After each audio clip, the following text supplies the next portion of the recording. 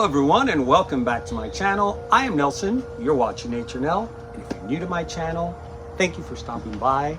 Today we're going to do another repotting. And this one is a must do because she actually fell over, broke the pot she was in, and I'm surprised she's still in one piece. Look at this standard Phalaeonopsis. There's nothing standard about this baby. Look at those leaves. I've had her for a while, for several years, so I've been wanting to repot her, and I said, you know, I just did a repotting of phals, and I could have added this one in there, and I forgot, and I felt bad about it, because I'm like, you know, now it's gonna have to wait a little longer, so I figured I'll do another video, and it'll be fun to share this with you because she's so unusually big. So anyway, today we're gonna make this very simple. As I've explained to you guys, my method and the way I do things, I try to find the simplest way. I sacrifice my own plants, testing things out just to see if they work. In my environment, a lot of things do work and a lot don't. So for me, phals, as I said in the last repotting, this is like the best. The spag moss, I don't know if you can see it from there. But anyways, this product to me is one of the best. Now, some of you always ask me, you know, where do you get your products? Where do you buy them? Do you order them online? You can't order these online. I buy them directly from Ophi's, Orchid and Supply, but you can order, they have an online shopping website and you can just order your supplies from there. But this is, they have another one that's a Peruvian one that they say is just as good and it's like the third of the price. But they said it's not, they said this is a Ferrari. That one's a Cadillac. So basically, you know, this is the best one you can buy. And for her, I needed to give her something perfect and special. And they even agreed when I told them, because it's not just a phal. You know, it's a very special phal. It's been with me for many years. And I got it at Heavenly Garden. Heavenly Gardens it's on Chrome. And I forgot that street number. But anyway, it's one of those nurseries on Chrome Avenue in Miami, Florida, where they have all the orchid. I call it Orchid Lane because they have all the orchid nurseries. So what I did already, I took one of the packs and I pre-soaked it. Oh, I don't want to spill water everywhere. But see, it's already pre-soaked. And I do that because number one, it's easier to work with. And number two, once it expands, it'll fill it really nice. Because when it's dry and you do it, that's as much as it's going to expand. But if you do it wet, it expands and it kind of like locks everything in perfectly. Now, I've had this pot for a very long time. I know it's a glazed pot, but this is what I do. This kind of replaces the fact that it's a glazed pot. And as you can see here, it's not glazed, it's actually porous. And I put styrofoam peanuts. I always like doing that to my phals.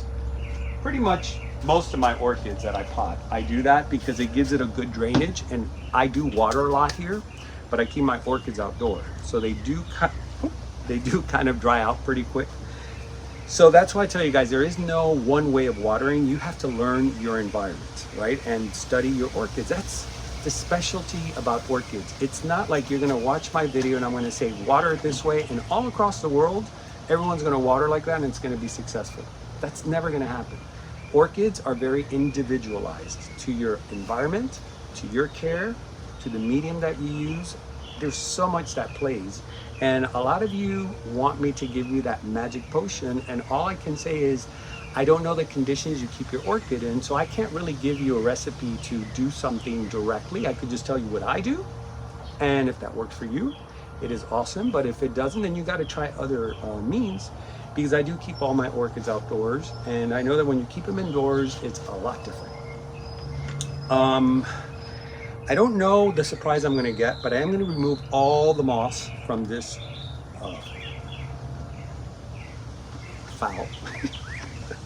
I'm trying to rush. Can you guys tell when you see the bracelet? That means I just got out of my car from work.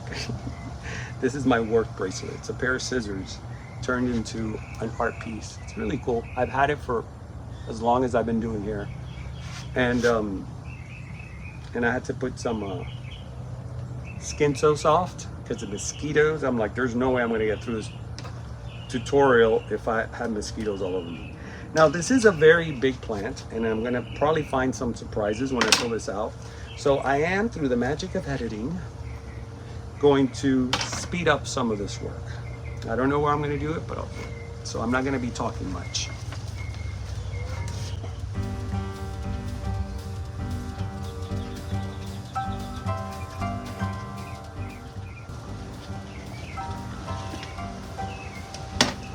Voila! It wasn't so bad. Now, I'm in a conundrum here because the moss that's in there needs to come out. But the roots are so intensely wrapped around it that if I start pulling and tugging, they're very, very pliable, but even like that, it's so much of it that if I try to pull all this out, I'm going to have a big issue. Because number one, she's blooming, and I would have waited. I was trying to wait for her to release all her flowers, but this one does last many months. I would say about 4 to 5 months sometimes, like this. It's been already a while that she's been blooming, but yeah, this is going to be I'm going to damage a lot of roots. They're so entangled in there that even if I put it in water, I'm going to end up damaging something. So for the sake and purpose of this video, we're going to use the entire thing, which I only do it when I know this moss is good quality because I know where I bought it from, but it is old. You know, it's been there for a while. So what I'm going to do is, the plant doesn't seem to be phased one bit by the moss. I do have my styrofoam. I'm going to put actually a little bit of moss on the bottom. And I've done this time and time again. And if I tell you that I've had more than maybe 2 or 3 fowls that have suffered from doing it like this, I may be even lying, because I've done it so many times. It's been so difficult to pull the roots out that I'm like, you know what? Either way, I'm probably going to damage it. So let nature take a toll at it, or let me do this because it's making me nervous because I think the stick is going to break. All right, it's perfect for this pot. So anyways, for now, excuse me, I'm gonna plant it like this because the spike is shooting this way. Once it loses its spike, I'm gonna readjust her and bring her probably a little bit more up so the roots fit a little bit better underneath. But for now, we're gonna leave it like this. And this is how I feel about this. This is a plant or an orchid that has been through a lot with me, and it's fought through every hardship. You know, I'm doing this without my glasses. Maybe I should put my glasses on. Oh, by the way, I totally forgot the pole on my hair. Sorry, look how much I'm sweating already. It's really hot. The pole. A lot of you said you liked the long hair. Other of you guys said you liked it better short. You know who won? The heat. That's who won. I called my this is a barber, my stylist of many years. He doesn't do fades.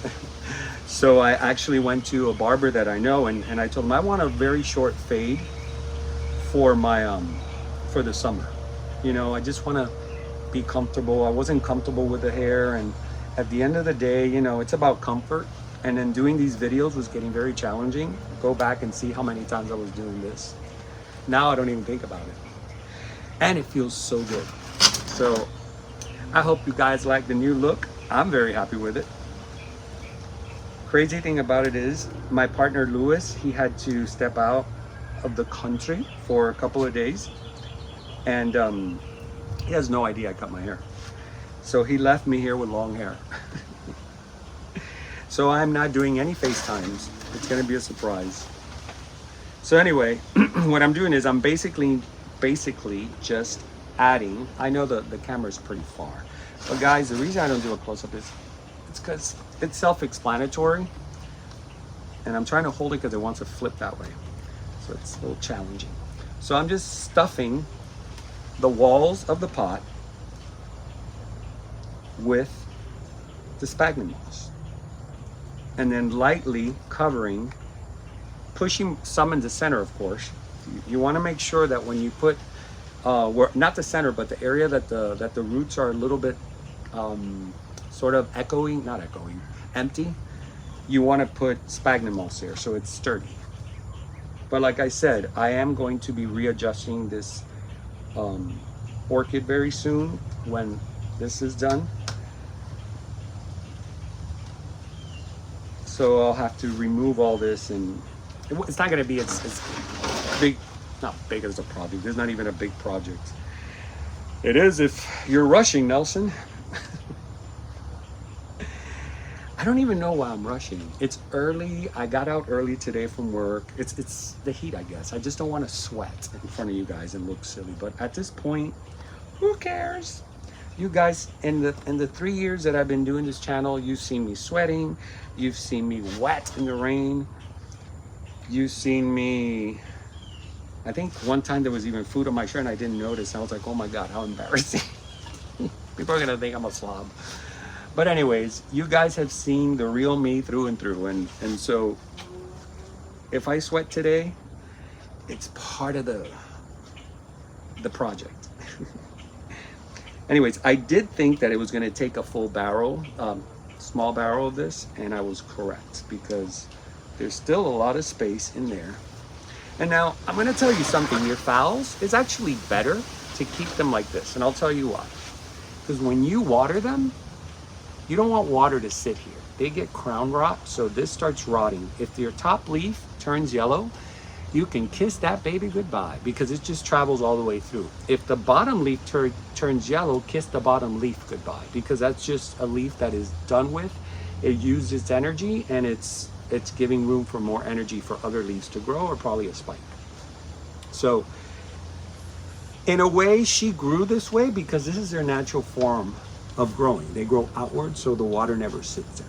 We want to put them upwards because it looks pretty. But at the end of the day, orchids are not as difficult as people make them to be. Like I said, you just have to learn their simple needs for your environment. You know, because when I kept my orchids indoors, it was nothing like this at all. I wouldn't water every day. Every day I would water like once every 2 weeks because my apartment is by the water, so there's a lot of humidity, and it just held. They held the salon that I have. I have some orchids in there, and sometimes I'm like, oh my God, I gotta water them because I forget. And I touch them and they're still slightly dampy. And I'm like, wow, it's so different from having them outdoors. So it's taught me a lot of how different the two environments are.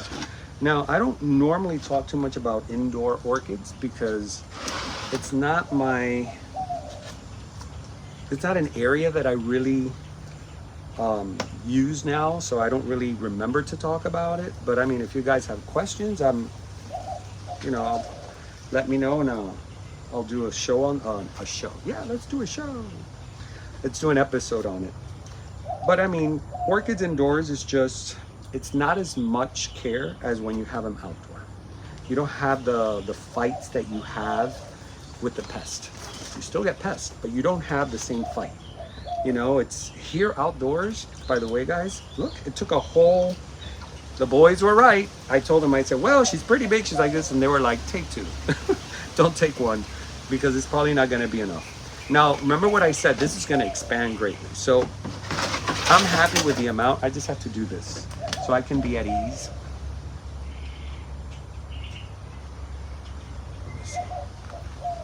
Now I saw Jeremy from S&W using a mallet, and he put on the bottom, which I thought, I didn't have any, I looked for it, but I said, you know what? Styrophones will do. And Jeremy from S&W was showing on one of Kelly's videos from, I'm trying to speak and do this at the same time. Kelly from Orchids in Paradise just did a video based on repotting with Jeremy over at his nursery. And he uses a big piece of styrofoam instead of the peanuts that I use. And that's what he uses to put the sticks in. So then it stays really sturdy. I was watching that, I'm like, it's the simple things, right? So anyways, right now it's really sturdy, but I need to get the little clips that go on there, or I'm gonna tie it actually. So I'll be right back through the magic of editing. Ta-da! Quick, huh? So anyways, I use these black tie wraps because they're kind of invisible. When you put them through here, you don't see, because even though we think they're, you are so good. Don't do this now, I'm almost done. He actually has been very good, but maybe it was a cat or something. So anyways, guys, I double do this because this is a big spike, and you don't want to risk it. And there you go. And there you have it. Oh, she's heavy. I don't know if I can even get the whole thing there. Yeah, she's as tall as I am from the table up. Anyways, guys, I hope you liked this tutorial. I'm gonna have to cut it short because puppy next door wants to bark, bark, bark. But what I am gonna do, I'm gonna make this a 2-for-1. I already repotted my bat plant. So the other half of this, since I did a small tutorial on repotting the bat plant, I think it's better if I put these two together, and that'll extend the video a little bit longer. So you get 2 for 1. You get this big monster of a of a fowl repotting, and you'll get I'm looking at her right now, the bat plant. It looks amazing in the new pot. It really, really is happy. It's taken and it's already shooting pods to bloom.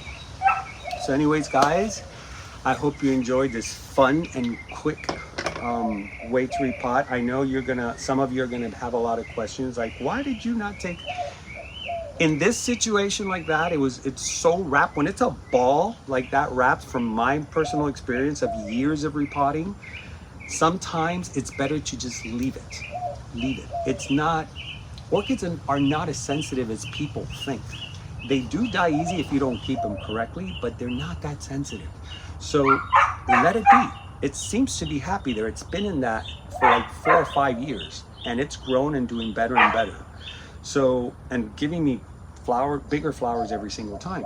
So I'm leaving it alone. I'm not going to disturb it. I don't want to create anything that I know that if something happens to it, then okay, I did a wrong repotting. I won't ever do that again. I'll think of something in the future, but I've done it so many times, and I got to tell you, when I show you all my files in my next What's in Bloom, you're going to see how nice they look. And I have many that I've had for years, and they just get bigger and prettier and bloom more and more. So remember, don't think of them like they're the hardest thing to keep. Just give them the essentials and they will reward you. And then you just adjust according to how they start showing you. Like now I'm learning that the tips of orchid leaves, when you see them burning like this, see that? That means the salts from feeding are depositing on the ends. So you gotta stop feeding it. So these, like Paphiopedilums, don't feed in the month of from the month of May on. So I hate dragons. So this is the only one that got damaged, thank God. Because I do have, all these are Paphiopedilums, and those are my pride and joy. They're beautiful, and I don't want them to get damaged due to feeding. But anyways, guys, what else did I want to talk to you about? I'll be right back. And I'm back. So anyway, remember I was saying I had to spray. I normally don't spray my orchids. My regimen is very, very light now. I used to do a lot of heavy spraying and fungicide, and I don't do that anymore. What I'm doing is I'm learning different ways of working with nature. I just learned, like, these black wasps were sitting on one of my, on all these buds that I have. I'll show you guys once it blooms. And my first instinct was to spray the wasp out of there because they were all cuddling around all the buds. But I looked close and they looked like they were eating. And I'm like, what are they eating? I'm like, are they eating thrips? And I said, you know what? I'm going to sacrifice this orchid, or should not the orchid, the spike. I'm going to let the wasp eat away. They're starting to bloom now. They look like the healthiest buds. So look at nature, analyze it, because sometimes, and don't react so quick to it, because what you may think is bad might be good. I now know that these wasps, these black looking weird wasps, they're kind of cool looking, eat thrips. So eat away. And they don't bother me. I'm not going to bother them. So I did have to spray though, because I found several of my orchids with scale and mealybugs. So at first I tried the 7, or 7, however you like to call it. The 7 spray. Do I have it here? No, I have it inside. Sorry guys. But that's when it's a light situation. I started seeing several, and 2 of my Cattleyas suffered. So I spoke to the boys at Ophi's, and they say this stuff is very strong, and it's a one hit, like you hit it once and it eradicates everything. So I'm trying it out.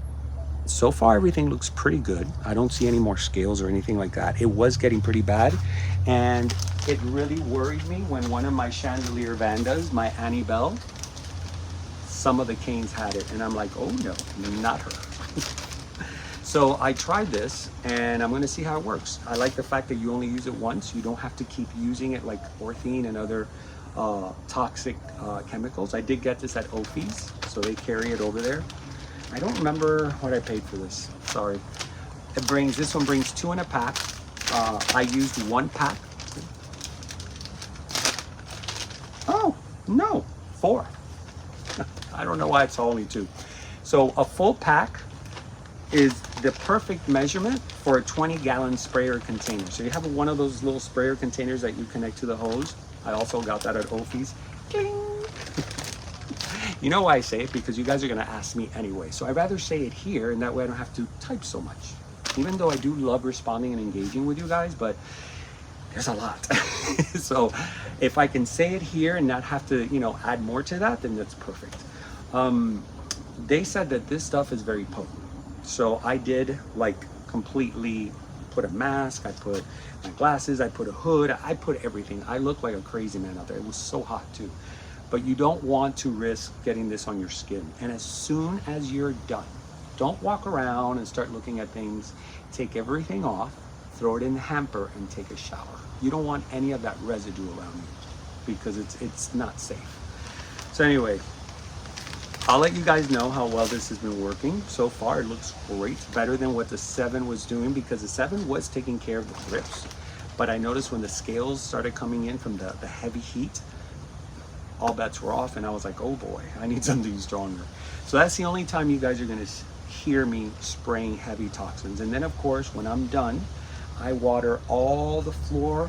Anything that has containers, I spray and I clear all the water there, because I have pets, I have animals, and they drink from everything that are, these outdoor pets. So I pretty much clean everything, every single thing around me. I don't leave one single thing without being rinsed, because those are my babies, those are my little angels, and I would never live that down. It would destroy me. And by the way, speaking of little fur angels, I want to send a viewer of mine, Robin, my deepest condolences. She just lost her doggy, and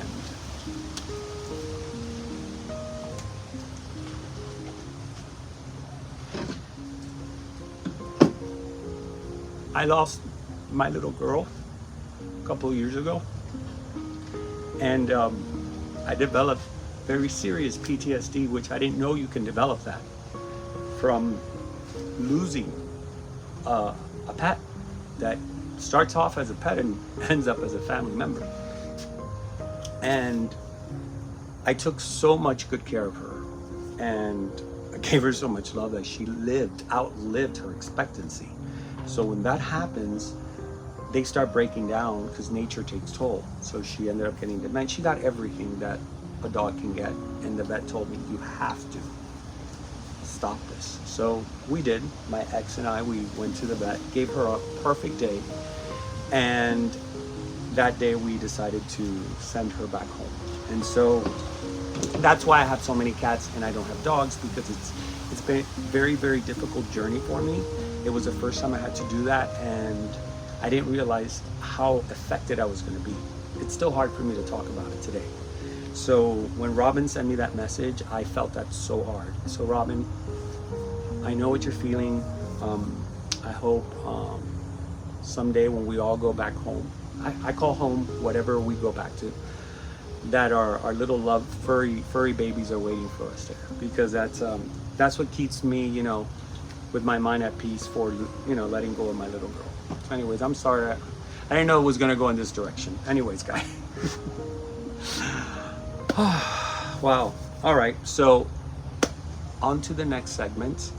I hope that I was able to teach you guys a little bit about insecticide now for the summer and the values of sphagnum moss. All right. So see you on the other side for the back plant repotting. All right, so this is what I'm using. I love this brand, Vero. Not sponsored by them. Actually, I'm not sponsored by anybody. So when I give you guys, you know, any feedback or suggestions on product, it's because I've been using it on my own, in my own garden and in my own collection. So this is what I'm going to use for this massive beauty here that has already outgrown this pot. It's been in here for probably 2 years, but I thought, oh, it's going to be a while before it outgrows it. Sorry, I cannot allow things falling and messing up my feng shui. So this is a beautiful bat flower plant. It's family to the yucca. And I got this beautiful, beautiful, massive terracotta pot at Home Depot, and they had them on sale for $19.99. I mean, this is pretty big. Compared to that over there, it's double the size. That whole thing actually fits in here. Now, I do put, this is what I talk about, putting screens. These you can order on Temu. I like to put double screen, just so the dirt doesn't waste away, you know, and you start losing a lot of dirt. So let me start filling it. At least I would probably fill it up to here, a quarter of it, because that's pretty deep. So I want it to sit right above the lip of the pot. You want this to sit right above this. All right, that's very important. So let me get the medium inside the pot and I'll get back to you. All right, before you start pulling it out of the pot or anything like that, alleviate some of the work. Cut anything that you don't want to bring. These cutters, I've seen their days. You want to get rid of anything like this that's just not cosmetically pleasing. And as I can see right here, look, that is a bud that's about to start blooming.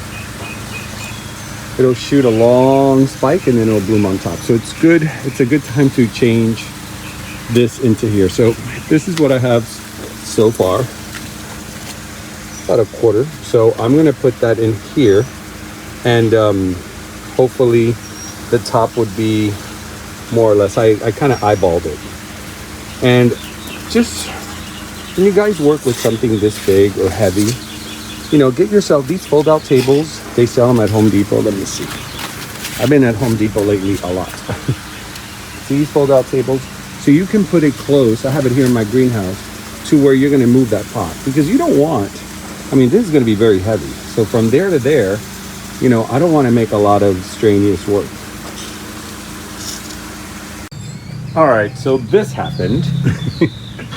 The pot broke in half. It was kind of hard to get it out of there, but then when I grabbed the shovel and I started kind of digging in there, it popped out right away, but it did crack the pot in half. It was way too tight in there, but look how nice it looks. I haven't even put the sand in there, the potty mix in there yet. See, so I'm bringing it all the way to the front because it does have a lot of space here in the front. I don't want to put it too far to the back, and that's what I'm going to fill with dirt. So you see, when you repot, you don't want to make it much bigger than what you had before, because your plant it'll take it a while to adjust. So by doing this, oh look, here's another, I think, yeah, that's another pod. Now this is the season. Now for the summer, it'll really burst out in bloom. So look how pretty it looks in the new pot. Now we'll lose these here, and then the new ones come out and it just gets bigger and bigger. All right, let me go fill it up. All right, my friends, and there it is. It's completed. Now I did, after I watered it, it exposed a little bit of the roots, so I'm just gonna go back with dirt and refill it later on. It's just it's getting late and dinner is served, so I have to wrap this up really quick. But it is now, I also put a tray, water holding tray underneath. It looks, let's go through the jungle. It looks like this. This one's plastic. You can get plastic or terracotta. I had these lying around.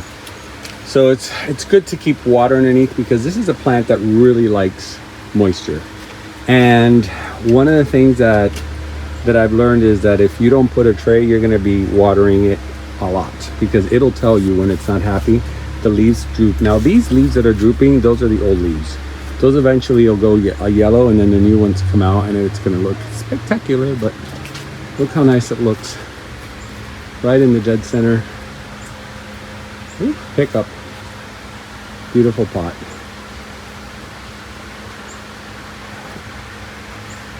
And you know, it wasn't as hard to put up there as I thought it was going to be. And it did take almost a full bag of this all-purpose potting mix. I like using this one. I've used it before and it seems to like it. And also I refilled whatever I had a little bit left over, and I filled this up because this was living in water by itself. And that's a beautiful flower. It's a yellow flower, and it's giving me blooms upon blooms with no medium. All right, guys, so let's flip this around. I hope you enjoyed that tutorial. I figured, you know, one mishap, not a big deal. We had a beautiful outcome. All right, guys, that is it. That is the end of this beautiful episode. I think that the next one I'm going to do, I don't know if it's going to go out on time. I think it will be at Ophi's. Ophi's is having their festival, I think it's their summer festival this weekend. I will put the plant's in the way, but it's okay. I'll put the tag in there. There's a couple of really good ones. Ecuagenera, Crowell Smith is going to be there. I can't remember if they're going to be there both days, Saturdays and Sunday. I don't know, but I think they will be there both days. So I will be going there Saturday morning, which I hardly ever do, but I do have a big event to attend to. So I got the morning free, and then in the afternoon I'm going to this event. So I will be bringing you guys that show as well. I've been missing a good orchid show since the Redlands. Hopefully it won't be this hot. So anyways, guys, thank you for sticking by. My name is Nelson. You've been watching Nature Now, and remember to always, always keep it green. I'll see you next time.